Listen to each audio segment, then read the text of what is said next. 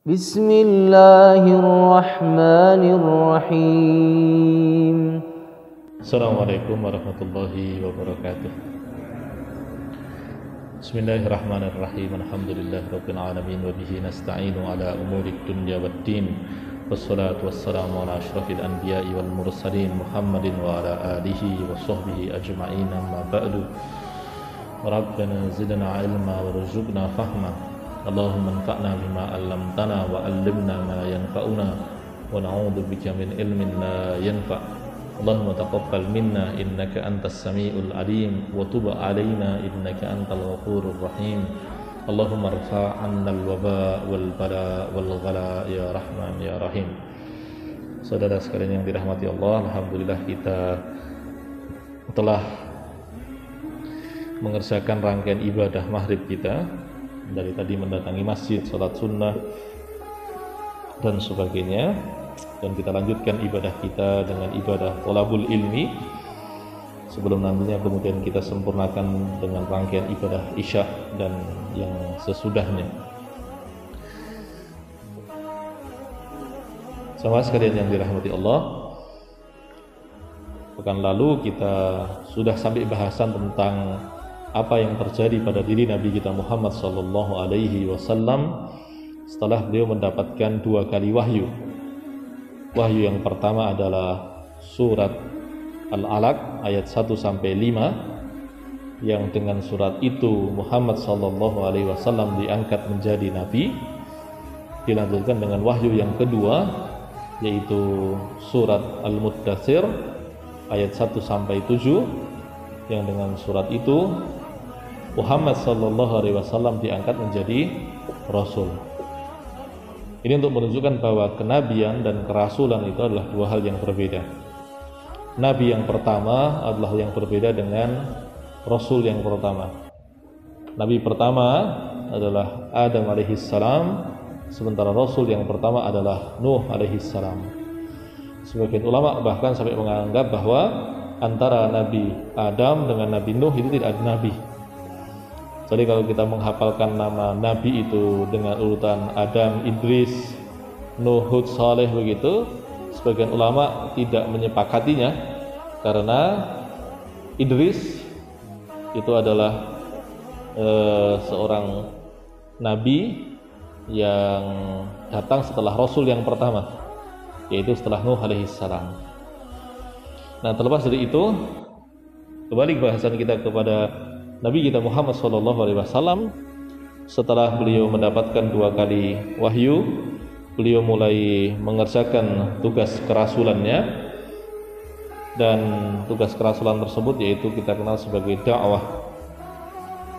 Maka jamaah sekalian yang dirahmati Allah, upaya mengajak manusia pada kebenaran, memerintahkan kepada mereka pada kebaikan dan mencegah mereka dari hal keburukan, itu adalah pekerjaan para nabi.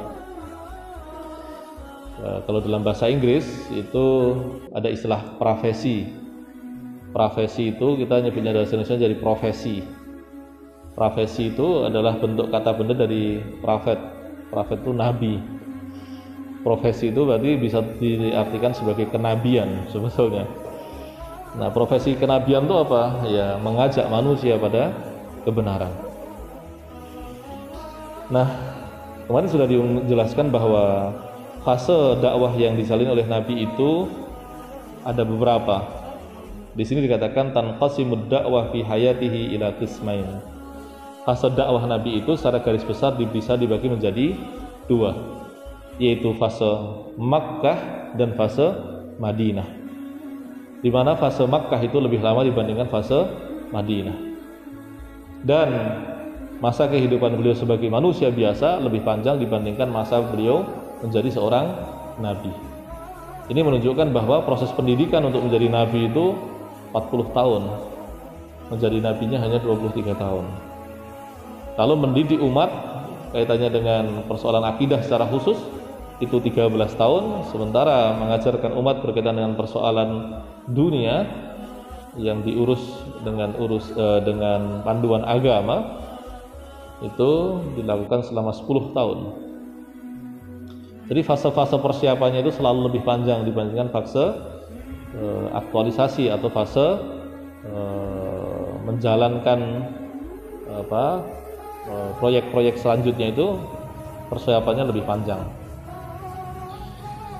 Nah, berkaitan dengan fase Mekah, ayat-ayat yang turun di Mekah itu banyak menyinggung manusia secara umum, bukan orang-orang beriman secara khusus. Ayat-ayat yang berbunyi ya ayuhan nas itu banyak, kebanyakan turun di fase Makkah. Adapun ayat-ayat yang berbunyi ya ayyuhalladzina amanu itu lebih banyak turun di Madinah. Ayat-ayat yang turun di Makkah itu pendek-pendek, tetapi seringkali menghentak, mengagetkan. Mayoritas juz 30 itu adalah ayat-ayat Mekah, pendek-pendek, tapi menghentak kesadaran. Apalagi ketika bicara ya topik-topik di Mekah itu topiknya tentang Allah, tentang hari kiamat, tentang hari akhir, itu banyak. Di juz 30 misalkan kita temukan ayat-ayat berkaitan dengan zilzal, ya, idza zulzilatil ardu zilzalaha, atau al-qari'ah, hari kiamat lagi. Ada cukup banyak ayat-ayat di dalam juz 30 itu yang bicara tentang hari kiamat. Nah, adapun di Madinah itu ayatnya cenderung panjang-panjang. Yang disampaikan sudah berkaitan dengan aturan-aturan praktis. Idza tadayan, misalkan di surat Al-Baqarah ya, di ayat yang paling panjang itu 282 kan, idza tadayantum bidainin, jika kalian sedang berurusan dengan hutang piutang, fakatibu kan, tulislah. Nah, itu ayat-ayat Madinah. Ayat-ayat Madinah. Dalam agama kita urusan hutang piutang aja diurus oleh agama kita. Nah, akan tetapi di fase Mekah itu juga bisa dipecah menjadi dua fase. Itu fase sembunyi-sembunyi atau ad-dakwah as-sirriyah dengan fase terang-terangan atau ad-dakwah al-jahriyah. Fase terang-terangan. Fase sembunyi-sembunyi itu hanya 3 tahunan. Jadi fase Mekah itu yang sekitar 13 tahun itu kalau kita bagi bisa menjadi 3 ya.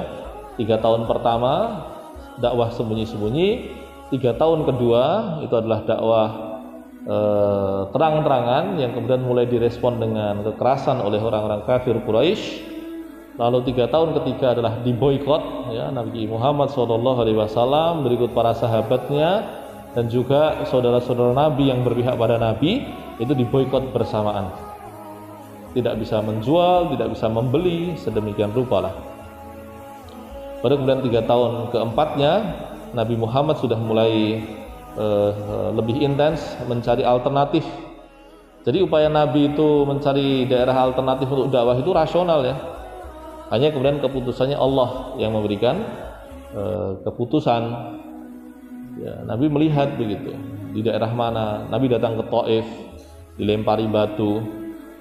Nah, hingga kemudian di musim-musim haji di tahun-tahun tersebut mulai muncul orang-orang dari daerah lain yang datang mendengar tentang track record Nabi dan tertarik untuk mengikuti dakwah Nabi. Orang-orang ini berasal dari Yathrib yang kemudian ketika nanti Nabi pindah ke sana disebut sebagai Madinah. Dan Madinah itu berasal dari kata din yang secara tidak langsung bermakna sebagai tempat di mana agama itu, din itu dikerjakan secara seksama, dikerjakan secara serigid mungkin ya. Dan luar biasa kita temukan orang-orang Madinah itu adalah orang-orang yang ya tentu yang mukmin ya, bukan yang munafik apalagi yang kafir ya. Orang-orang mukminnya itu adalah orang-orang yang memang betul-betul menunjukkan kemanusiaan terbaiknya. Kesadarannya tentang Allah tinggi, kesadarannya tentang hukum tinggi. Di antara peristiwa yang mengagumkan kita apa? Ketika kedua orang muhson ya, laki perempuan ya, ini dua cerita yang berbeda, tetapi yang pasti kedua-duanya datang kepada Nabi dan minta dirajam karena merasa telah melakukan perzinahan dalam kondisi sudah menikah.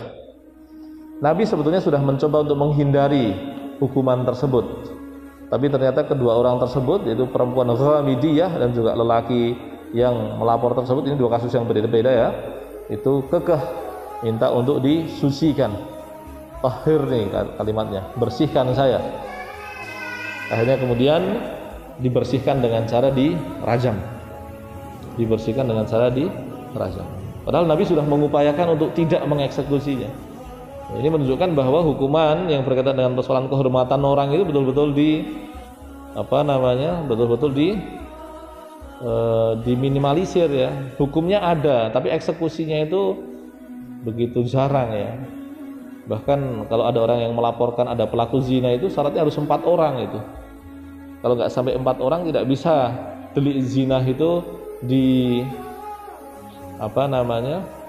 ditegakkan.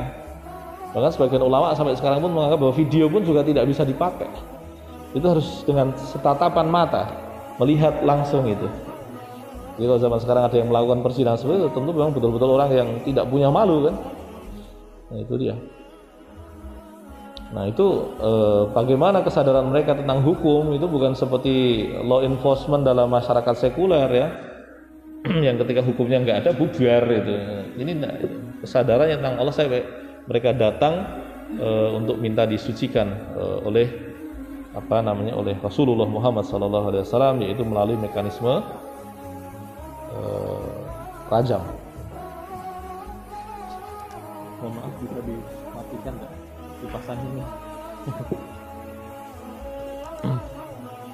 Terima kasih, mohon maaf merepotkan.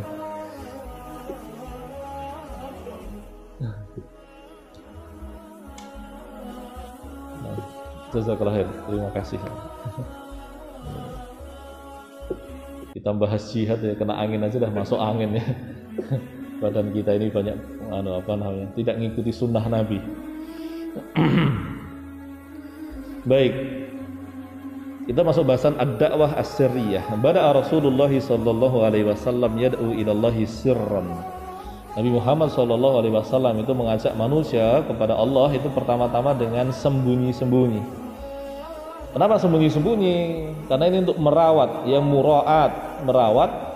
kondisi masyarakat yang belum siap. Ya. Karena kalau masyarakat ini dikagetkan, lalu kemudian responnya emosional dalam skala besar, itu nanti akhirnya yang rugi masyarakat. Dan juga dakwah itu sendiri sebetulnya, dakwah ditentang, sementara orang yang menentang biasanya menentang karena emosional, bukan karena paham. Akhirnya kemudian mereka terhalang dari mendapatkan manfaat dari dakwah ini. Nah, itu pun ketika Nabi mengajak manusia, yang didahulukan adalah orang di dalam rumahnya. Nah, ini dia ya, kita perlu bercita-cita bahwa ahlul bait kita, orang-orang di dalam rumah kita itu adalah orang-orang yang memang mencintai Allah dan Rasulnya, dan mereka menjalankan Islam dengan sebaik-baiknya. Fa aslama ahlu baitihi, yakni zaujatuhu Khadijah wa banatuhu wa Ali bin Abi Thalib wa Zaid bin Harithah radhiyallahu anhum ajma'in. Siapa yang masuk Islam pertama-tama dari orang di dalam rumahnya? Tentu yang pertama adalah istri beliau, Khadijah bintu Khuwailid radhiyallahu anha, seorang perempuan yang sangat mengagumkan, yang gegara mendukung dakwah Nabi, berubah ya dari perempuan yang kaya raya menjadi perempuan yang miskin sedemikian rupa untuk membela dakwahnya Rasulullah Muhammad sallallahu alaihi wasallam.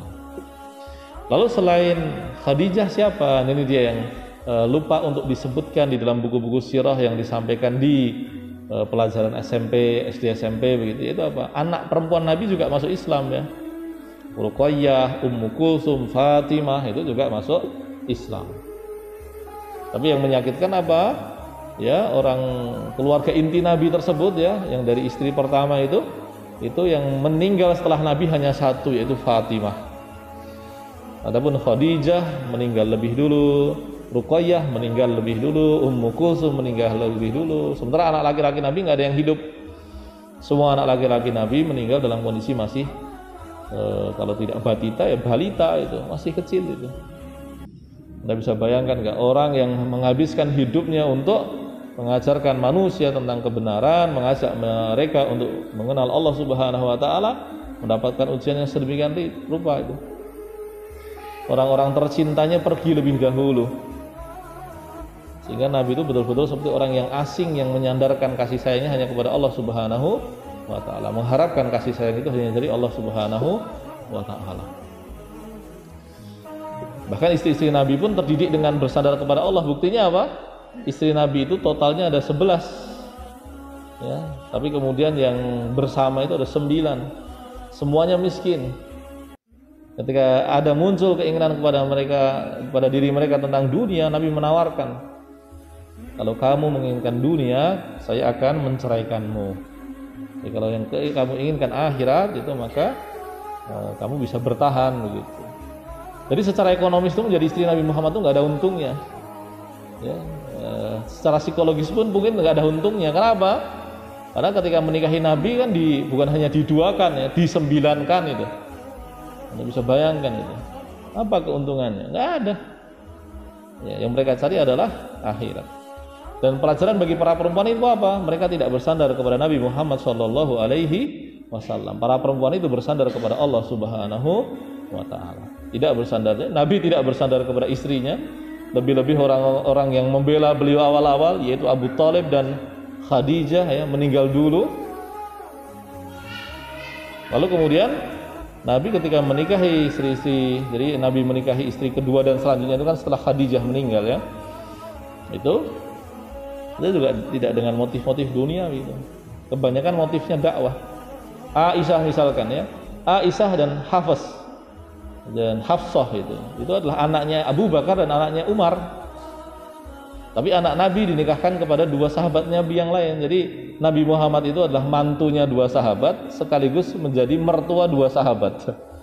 Ya, jadi 4 khalifah itu yang 2 mertuanya Nabi, yang 2 adalah mantunya Nabi. Tapi masya Allah kualitasnya ya. Kalau orang mengatakan koalisi, apa keuntungan mereka? Umar bin Khattab itu nggak punya istana itu. Ada orang mencari Umar bin Khattab, dia baru duduk wedangan di bawah pohon begitu di depan Masjid Nabawi. Nggak ada keuntungan dunianya. Yang kalau Umar mau begitu, ya, Anda bisa bayangkan nggak? Anak laki-laki Umar yang solehnya minta ampun, namanya Abdullah bin Umar bin Khattab, pernah menjamu Umar dengan daging. Nah, Umar tanya, kamu dapat daging dari mana? Ya, saya beli deh.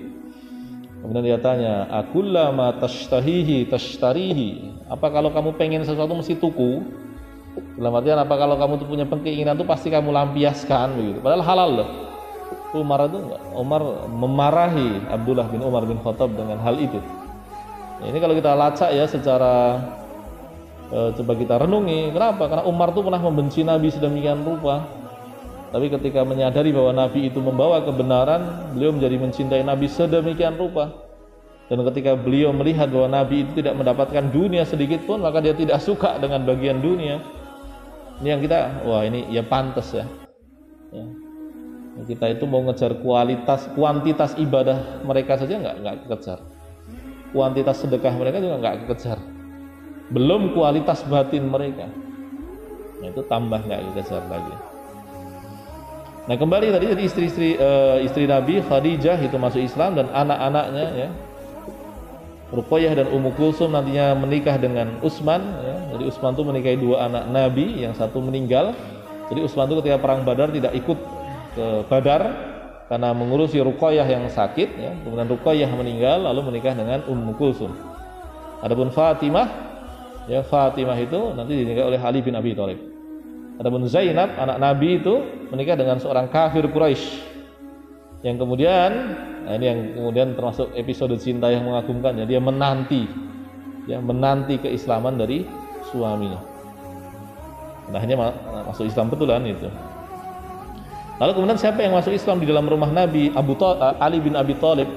Ingat Abu Thalib itu miskin, tapi dialah yang mengasuh Nabi. Nah, lalu kemudian ketika Rasulullah Allah lapangkan dunianya, gantian ya, Rasulullah itu ngopeni anak dari Abu Thalib yang namanya adalah Ali bin Abi Thalib. Nah, itu makanya ketika itu Ali bin Abi Thalib kan masih belia, melihat Nabi sholat itu bertanya itu ya, Nabi ngapain itu sholat? Ini bukan sholat yang 5 waktu yang diperintahkan ya. Terus dia tertarik itu. Lalu kemudian menyampaikan, saya pengen masuk Islam gimana? Nabi pun mengonfirmasi dahulu, kamu sadar betul nggak? Baru kemudian ketika dia sudah betul-betul yakin, dia masuk ke dalam Islam dan kita lihat kualitasnya ya. Adapun Zaid bin Harithah, ini dulu adalah budaknya Khadijah yang dihadiahkan kepada Rasulullah Muhammad SAW dan kemudian nantinya dimerdekakan dan diangkat menjadi anak. Ya, Nabi Muhammad itu pernah jadi Zaid bin Harithah itu pernah namanya menjadi Zaid bin Muhammad. Ya, sebelum ada larangan dari Allah Subhanahu wa taala untuk menisbatkan diri kepada orang yang bukan bapaknya. Makanya ketika larangan itu sudah ada, menisbatkan diri kepada yang bukan bapaknya itu dosa besar. Nah itu dia. Persoalan nasab ini di dalam Islam sangat penting ya. Makanya orang anak perempuan ya yang dilahirkan dari proses perzinahan itu tidak punya nasab ke bapak. Bapaknya tidak punya hak untuk menjadi wali nikahnya. Maka kemudian wali nikahnya diserahkan ke siapa? Diserahkan kepada hakim. Ini persoalan nasab itu sampai ke sana. Ya, jadi yang ada di dalam rumah Nabi yang masuk Islam itu ada Khadijah, kemudian ada Ruqayyah, ada Ummu Kulsum, ada Zainab, ada Fatimah, ada Ali bin Abi Thalib, ada Zaid bin Harithah. Kemudian summa kharaja Rasulullah sallallahu alaihi wasallam yad'u sirran man yasiku bihi min khariji baitihi fa aslama Abu Bakar As-Siddiq. Lalu setelah orang-orang di dalam rumahnya itu masuk Islam, maka Nabi Muhammad sallallahu alaihi wasallam mulai mencari orang dari luar rumahnya untuk diajak masuk Islam. Yang pertama kali diajak masuk Islam adalah orang yang paling dekat dengan Nabi. Siapa itu? Yaitu Abu Bakar. Jadi Abu Bakar ini sahibnya Nabi ya. Dan saking dekatnya itu orangnya mirip ya, wataknya mirip-mirip. Kehalusan budinya mirip, ya, keberaniannya mirip, kedermawanannya mirip ya. Abu Bakar ini beda 2 tahun saja dengan Nabi. Ya, saat itu Nabi umurnya 40 jelang 41, Abu Bakar usianya adalah 38 jelang 39. Dia masuk Islam dan dari tangan Abu Bakar ini karena dia pedagang besar ya, jaringan bisnisnya luas. Maka ketika Abu Bakar ini masuk Islam, yang biasa juga orang-orang penting itu. Ya, yang masuk Islam di tangan Abu Bakar itu adalah tokoh-tokoh penting di masyarakatnya. Yang satu jaringan. Ya, siapa? Utsman masuk Islam di tangan Abu Bakar. Itu beda umurnya dengan Rasulullah 5 tahun. Ya, Abu Bakar umur 38, Utsman 35. Terus kemudian siapa? Abdurrahman bin Auf juga pedagang besar ya. Abu Ubaidah. Lalu siapa lagi? Lalu Tolhah dan Zubair. Kalau Tolhah dan Zubair itu juga pebisnis ya. Tapi saat itu usianya masih remaja, baru sekitar 17-18 tahun. Tolhah dan Zubair ini ya. Dan orang-orang tadi adalah termasuk orang-orang yang dijamin masuk surga. Orang-orang yang disebut sebagai al-ashrah al-mubasysyaruna bil jannah. 10 orang yang dijamin masuk surga. Jadi lebih dari 10 orang yang masuk ke dalam daftar dijamin masuk surga yang 10 itu masuk Islamnya di tangan Abu Bakar As-Siddiq. Kita temukan mereka adalah para dermawan-dermawan yang mengagumkan ya. Abu Bakar itu menyerahkan seluruh hartanya untuk dakwah. Utsman kita nggak usah diceritakan ya. Sedekahnya Utsman ini mengagumkan. Kita seumur hidup bersedekah kayaknya masih kalah dibandingkan sedekah sekalinya Utsman. Jadi masih lebih banyak Utsman bin Affan. Tolhah dan Zubair juga sama ya. Tolhah itu pernah menjual rumahnya dengan harga sekian ratus ribu dirham ya, yang kalau dirupiahkan itu ya angkanya miliar ya, mungkin sekitar 7 miliaran begitu. Itu sehari itu sampai subuh Tolhah ini menghabiskan waktu untuk membagikan harta tersebut kepada orang-orang miskin. Jadi nanti saking ngoyonnya sampai segitunya, dia nggak mau harta itu masuk ke dalam rumahnya. Jadi harta penjualan rumah itu dia tidak ingin masuk ke dalam rumahnya yang lain. Maka kemudian dia habiskan untuk disedekahkan di hari yang sama juga. Nah itu dia yang masuk Islam di tangan Abu Bakar As-Siddiq. Lalu siapa lagi? Bada'an nas yatasama'una bida'watin nabi fasara al-fuqara ila dukhul fil Islam. Nah ketika kemudian yang masuk Islam itu mulai bertambah ya, lalu kemudian orang mulai dengar-dengar nih, ini Muhammad ini ngajak orang-orang ke dalam ajarannya nih. Nah di antara yang paling mudah masuk Islam itu adalah orang-orang miskin, karena mereka tidak punya beban-beban duniawi. Kenapa? Karena kalau masuk Islam itu di antara yang harus mereka tinggalkan itu adalah bisnis-bisnis mereka. Ya bisnis berhala, bisnis perzinahan, bisnis perbudakan, bisnis khamr, bisnis riba itu ditinggal semua. Makanya orang-orang kaya yang tulus lah yang bisa masuk Islam awal ya kayak tadi Abu Bakar, Utsman, kemudian Abdurrahman, Abu Ubaidah. Itu adalah orang-orang yang karena hatinya bersih meskipun mereka punya kekayaan sedemikian rupa, tapi karena terbiasa bisnis dengan bersih ya, gampang saja bagi mereka masuk Islam. Sementara yang paling mudah untuk masuk Islam adalah fuqara, ya orang-orang miskin. Orang miskin ini karena mereka nating tulus kan, duwe apa meneh, ra duwe apa-apa. Ya karena ra duwe apa-apa dia masuk Islam gitu, karena tidak ada yang dia tinggalkan. Inilah yang kemudian nantinya ditanyakan kepada Ja'far bin Abi Thalib, kakaknya Ali bin Abi Thalib. Itu ketika Ja'far ada di Abyssinia, ada di di Habasyah. Jadi orang Arab nyebutnya Habasyah, orang-orang Latin nyebutnya Abyssinia begitu. Raja Kristennya namanya Najasyi atau Negus gitu ya. Itu ketika dapat rumor ya, bahwa orang-orang Islam ini adalah pelarian dari negerinya, dari Mekah. Lalu ada orang-orang Mekah yang menyusul dan ingin meminta kembali, ya, meminta agar orang-orang itu dideportasi, dikembalikan ke negerinya. Nah itu kemudian raja yang adil ini, seorang Kristen yang adil ini yang nantinya ketika meninggal ini sudah masuk Islam ini, itu dia meminta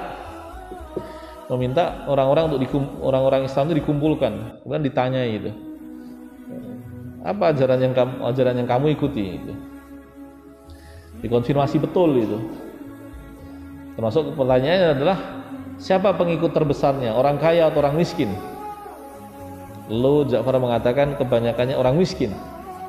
Nah, lalu kemudian Negus yakin, ya itulah Nabi.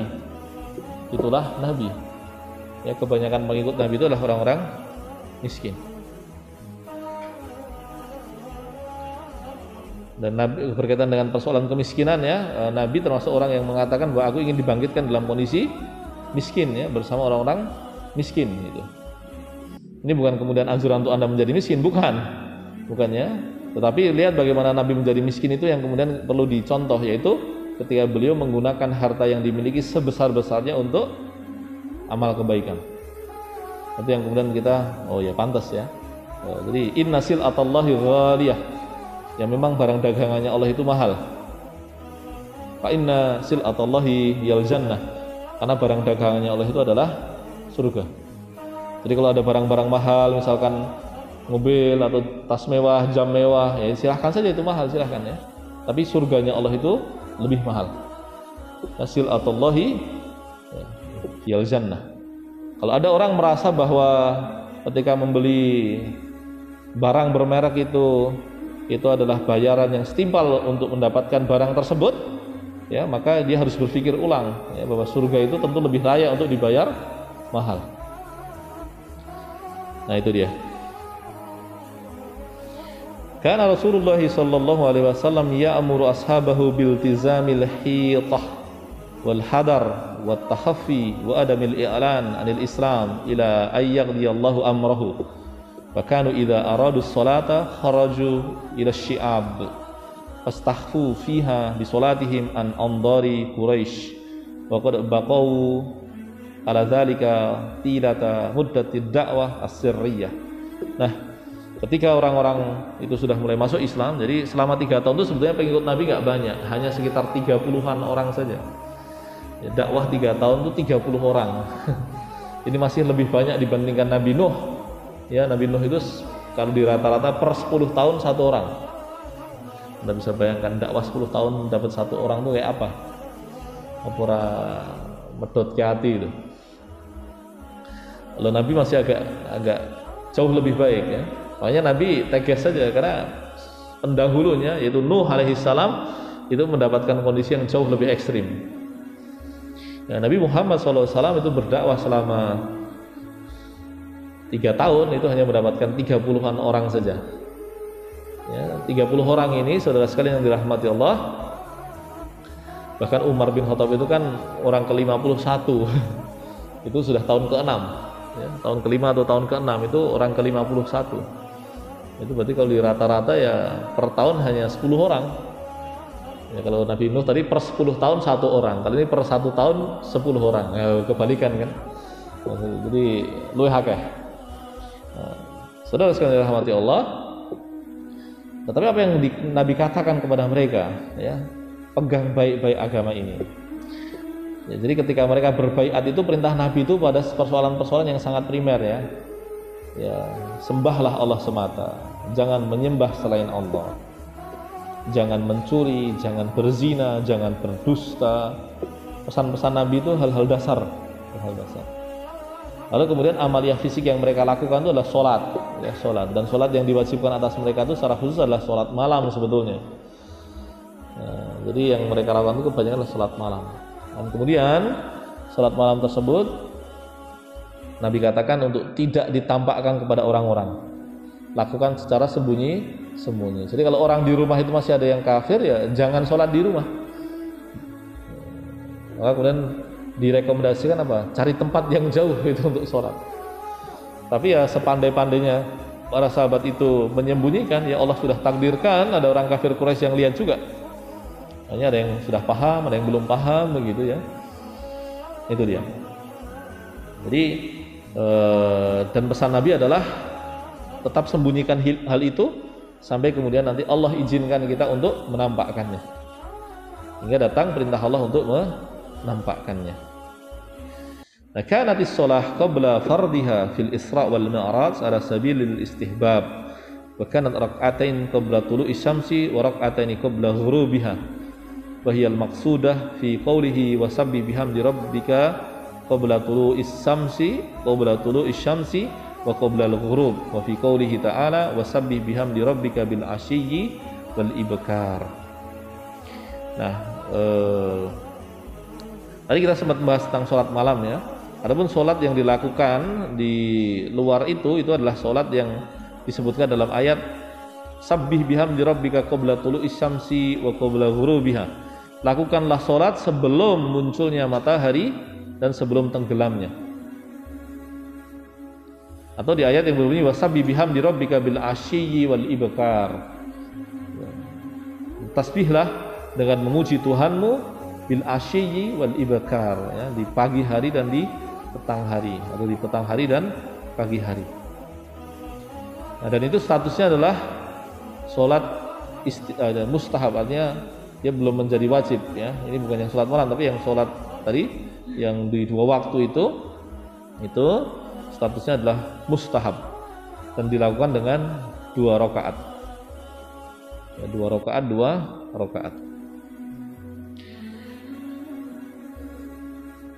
Qala al-Hafidz fil Fath. Nah, kalau al-Hafidz di sini, nah, saudara sekalian dirahmati Allah, dalam istilah ilmu, hafidz itu artinya bukan yang menghafalkan Quran. Ya, jadi kalau di kalangan ulama itu hafal Quran itu tidak disebut hafidz, yaitu karena sudah otomatis ya.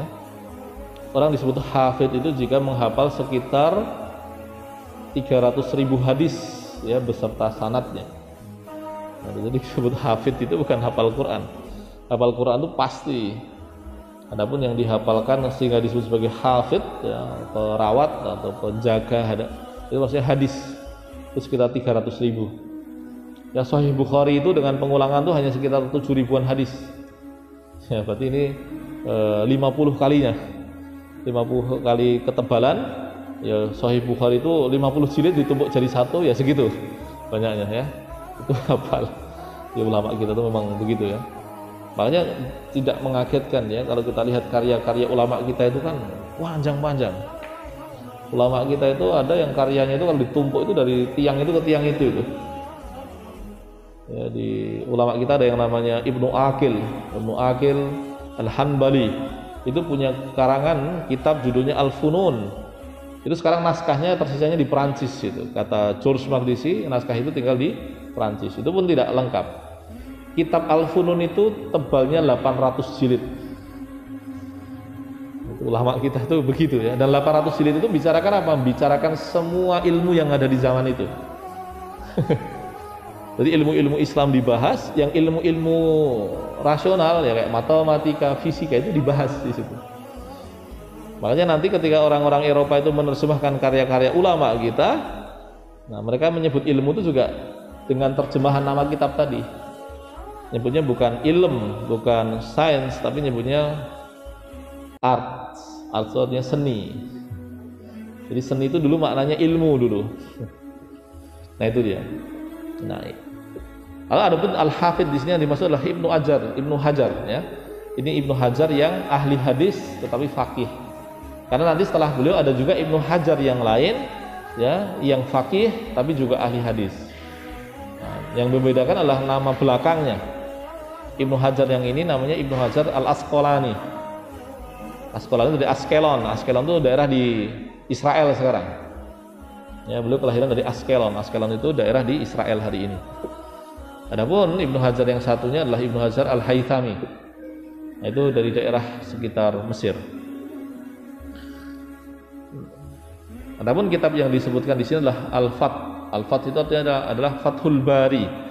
Fathul Bari itu adalah kitab syarah atau penjelasan dari Sahih Bukhari. Yang cetakan modernnya saja tebalnya ada yang sampai 20 jilid. Cetakan lamanya itu bisa 30-40 jilid.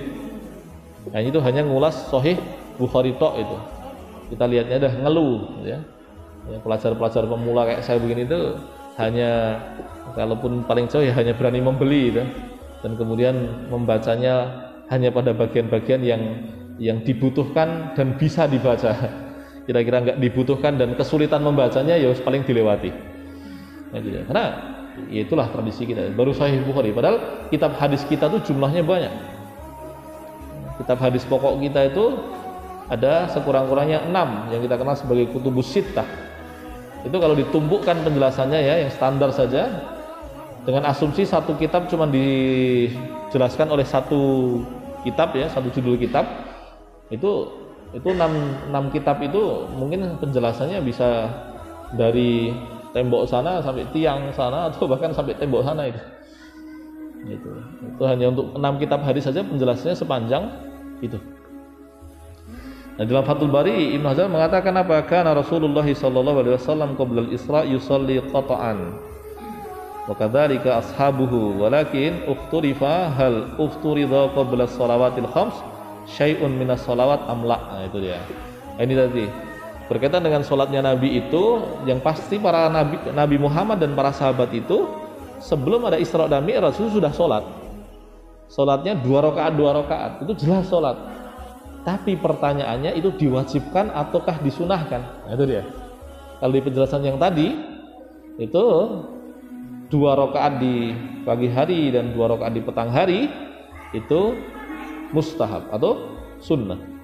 Akan tetapi di sini Imam Ibnu Hajar ya seorang peneliti yang jauh lebih mumpuni mengatakan jelas Nabi dan para sahabat dulu sebelum Isra Mi'raj itu sudah sholat, tetapi ulama berbeda pendapat statusnya saat itu wajib atau sunnah.